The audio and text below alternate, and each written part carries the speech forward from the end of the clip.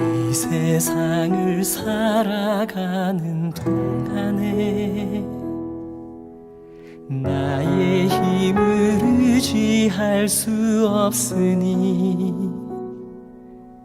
기도하고 낙심하지 말 것은 주께서 참 소망이 되심이라. 하나님의 꿈이 나의 비전이 되고 예수님의 성품이 나의 인격이 되고 성령님의 권능이 나의 능력이 되길 원하고 바라고 기도합니다.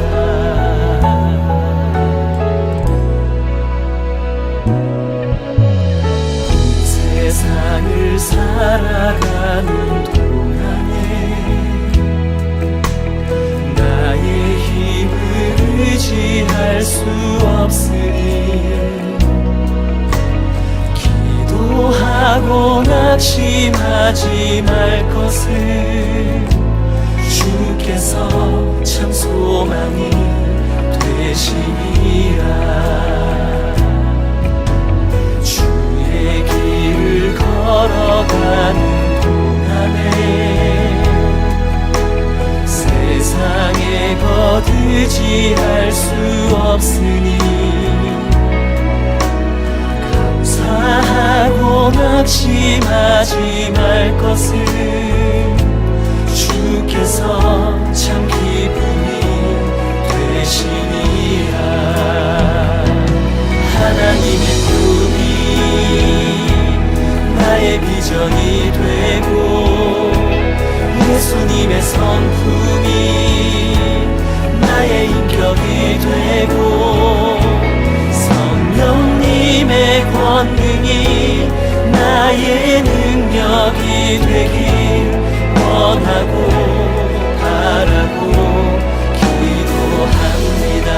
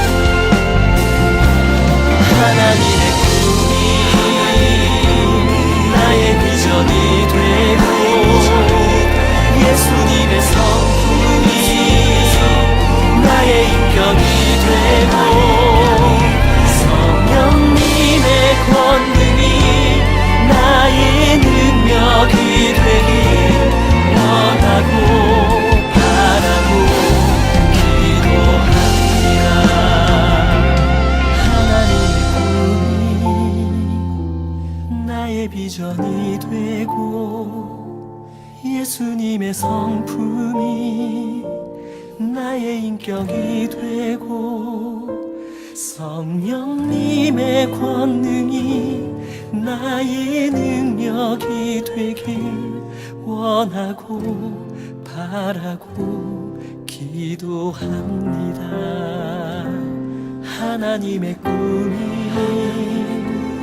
나의 비전이 되고 예수님의 성품이 나의 인격이 되고 성령님의 권능이 나의 능력이 되길 원하고 바라고 기도합니다. 원하고 바라고 기도합니다. 원하고 바라고 기도합니다.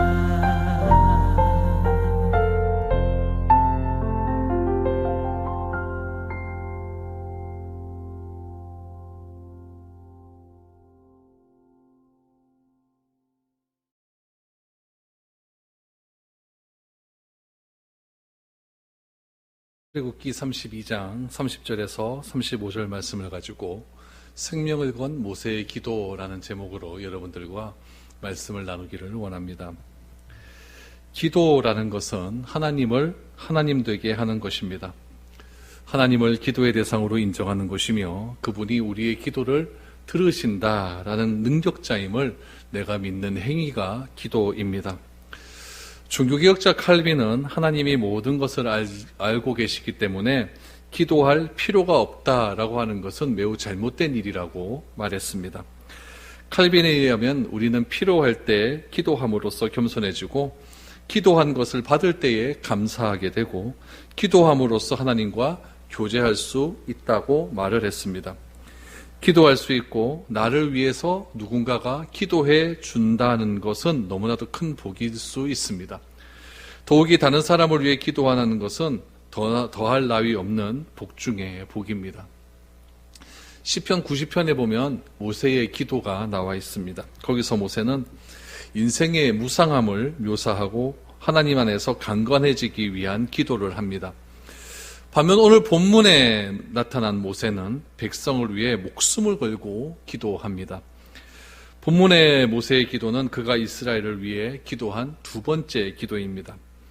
그가 백성을 위해 다시 기도할 때에는 레위인이 이스라엘 백성을 살해한 다음 날이었습니다. 30절 말씀 보겠습니다. 이튿날 모세가 백성에게 이르되 너희가 큰 죄를 범하였도다. 내가 이제 여호와께로 올라가노니 혹 너희를 위하여 속죄가 될까 하노라 라고 말씀하고 있습니다. 이스라엘 백성들이 금송아지를 만들어 숭배한 일을 들은 모세의 반응은 이스라엘을 위해 간청을 한 일이었습니다. 그리고 모세는 경노합니다. 그 후에 아론을 불러 진상을 조사하게 됩니다. 백성들로 하여금 결단을 요구하며 결단을 한 레위인으로 하여금 백성을 살해함으로써 이스라엘을 통제했습니다. 그리고 이스라엘에게 자비를 베풀어 달라고 하나님께 올라가서 기도하기 시작합니다. 모세는 백성들에게 그들의 죄악이 얼마나 심각한 것인지를 상기시키면서 여호와께 다시 올라가서 그들의 죄를 간구하겠다고 말을 합니다. 이미 모세는 백성의 죄를 용서해 달라고 출애굽기 32장 11절에서 13절까지의 말씀을 통해 모세가 기도한 내용을 알게 됩니다. 그러나 그때는 완전한 용서가 아니라 백성이 전멸당하는 형벌을 면제해달라고 그렇게 기도를 했습니다. 백성의 죄가 너무 크기 때문에 그는 죄 용서를 확실하지 못하고 있었기 때문입니다. 그러면 모세가 기도한 내용은 과연 무엇일까요? 또한 하나님은 모세의 기도를 어떻게 응답하셨을까요? 오늘 본문을 통해서 몇 가지로 살펴보기를 원합니다. 첫 번째로 모세는 하나님께 이스라엘의 잘못을 인정합니다. 30절을 보십시오. 모세가 여호와께로 다시 나아가 여짜오되 슬프도소이다. 이 백성이 자기들을 위하여 금신을 만들어 싸우니 큰 죄를 범하였나이다. 모세는 백성의 죄와 그 죄의 심각성을 고백하면서 여호와 하나님께 간구하기 시작합니다. 먼저 모세는 하나님이 십계명에서 명하신 계명을 백성이 어겼음을 지적합니다. 그 어김에 대한 자백을 큰 죄다라고 표현을 하고 있습니다. 구약 성경에서 나오는 큰 죄는 오늘 본문 말고 두 군데에서 더 살펴볼 수 있습니다. 첫 번째 언급은 창세기 20장 9절에 보니까 블레셋 왕 아비멜렉이 아브라함의 아내 사라를 취하려 한 사건에서 아비멜렉은 아브라함에게 자신을 큰 죄에 빠지게 할 뻔했다라고 말을 합니다. 두 번째 언급은 열왕기하 17장 21절 말씀에 보면은 북이스라엘의 첫 번째 왕이었던 여로보암이 금송아지를 베델과 단에 만들어 놓고 백성들에게 섬기도록 명한 것, 그것이 큰 죄라고 기록되어 있습니다. 큰 죄는 모두 다 하나님과 이스라엘의 언약 관계가 파기되었거나 그에 영향을 끼칠 만한 중대한 죄의 경우 사용되었다는 것을 우리는 알게 됩니다. 만일 블레셋 왕 아비멜렉이 아브라함의 아내 사레를 취했다고 한다면 하나님이 아브라함의 후손으로 말미암아 천하 만민에게 복을 주시겠다라고 한 약속이 위기에 처하게 됩니다. 또 여로보암이 금송아지 우상을 만들어 이스라엘로 하여금 하나님을 경배하게 함으로 백성이 우상 숭배에서 떠나지 않게 되었고 각종 죄악이 퍼지게 되었습니다. 이스라엘 역사에서 금송아지 숭배는 죄악이 퍼지는 통로가 되어서 마침내 하나님과 이스라엘 백성들 간의 언약을 파기하기에 이르는 큰 죄악이었던 것입니다. 모세는 금송아지를 만들어 섬긴 이스라엘 백성의 죄를 하나님이 용서해 주실 것을 간절히 간구합니다. 그는 깊은 슬픔을 느끼고 하나님 앞에서 회개를 합니다. 이 백성이 자기를 위하여 금신을 만들어 싸우니 큰 죄를 범하였나이다. 여기에서 우상의 정의가 나옵니다. 우상은 무엇입니까? 자기를 위하여, 자기들을 위하여 신을 만든 것, 그것이 바로 우상이라는 것입니다. 그러나 하나님은 우리 인간이 만들 존재가 아니라는 뜻이죠. 하나님이 주신 율법 중에서 가장 큰 계명은 마음과 뜻과 목숨을 다해 그분을 사랑하는 것입니다.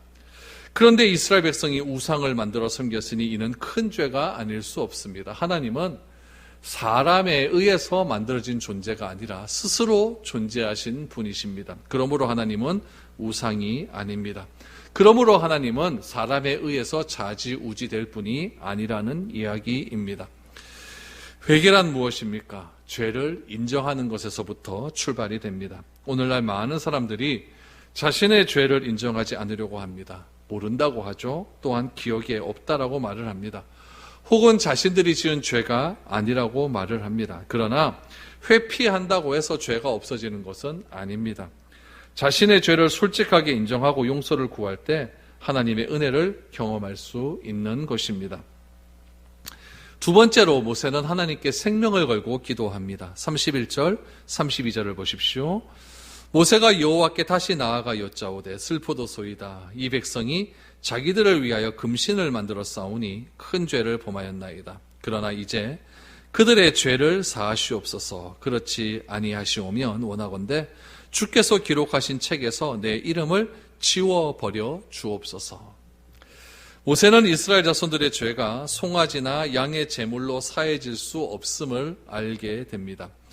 송아지나 양은 이미 하나님의 백성이 된 사람들이 자기 죄를 씻음을 받고 하나님의 은혜를 얻기 위하여 드리는 제사이지, 이미 하나님의 은혜 밖으로 튕겨나간 이들을 위한 죄 씻음은 아니었습니다. 모세는 자기의 슬픔을 하나님 앞에서 고백합니다. 슬프도 소이다 라는 것은 그런 의미의 슬픔의 표현이었습니다.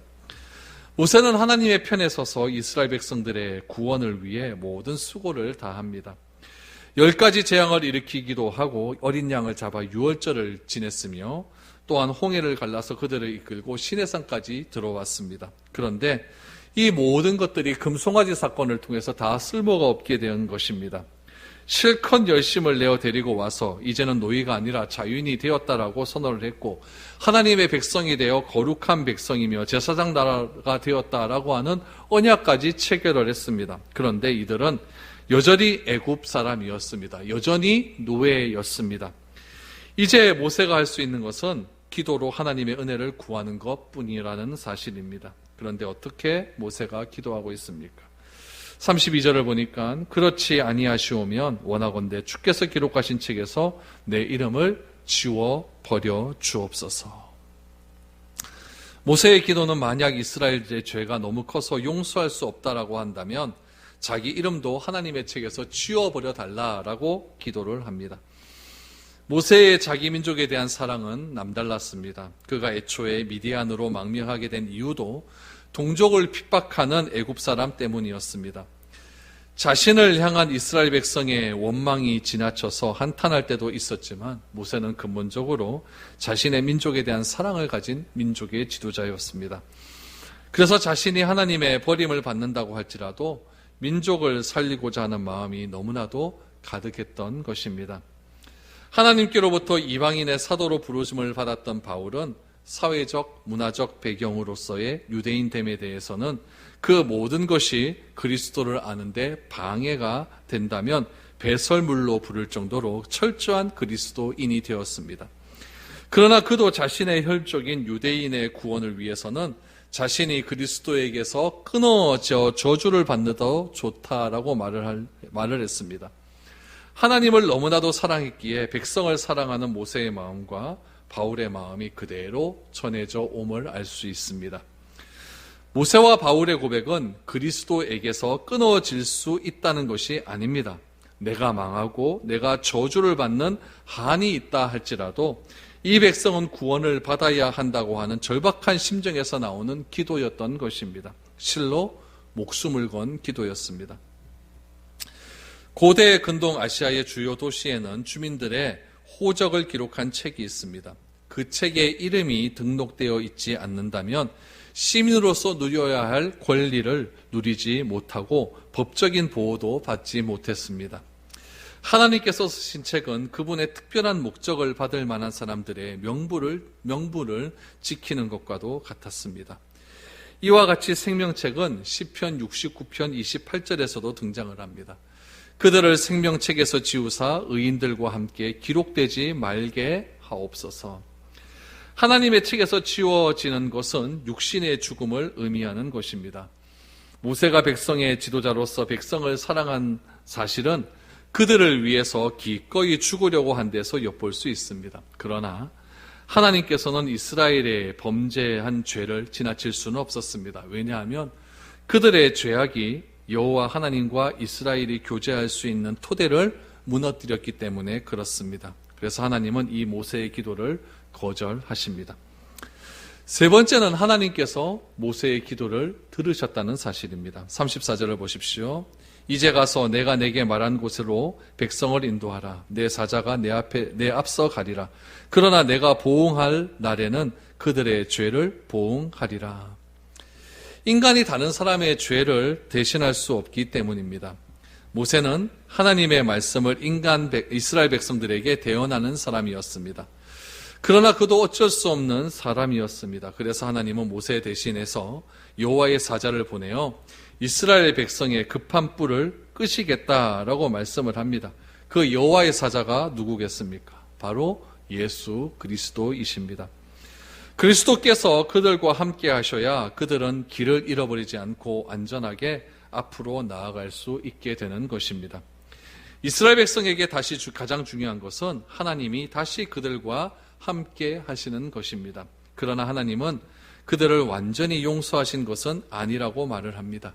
34절에 보면 내가 보응하는 날에는 이라고 말씀하시면서 분명히 그들에게 그들의 죄를 심판할 날이 있을 것이라고 말씀을 하십니다. 지금은 하나님이 이스라엘과 함께 하십니다. 그러나 하나님은 어느 한날 그들을 찾아오셔서 마치 애굽에 불순종하는 사람들을 심판하시듯이 그들을 심판하시겠다라고 말씀하십니다. 내가 보응하는 날에는 한 날이 준비되어 있는 것입니다. 그리고 하나님은 실제로 그들을 치십니다.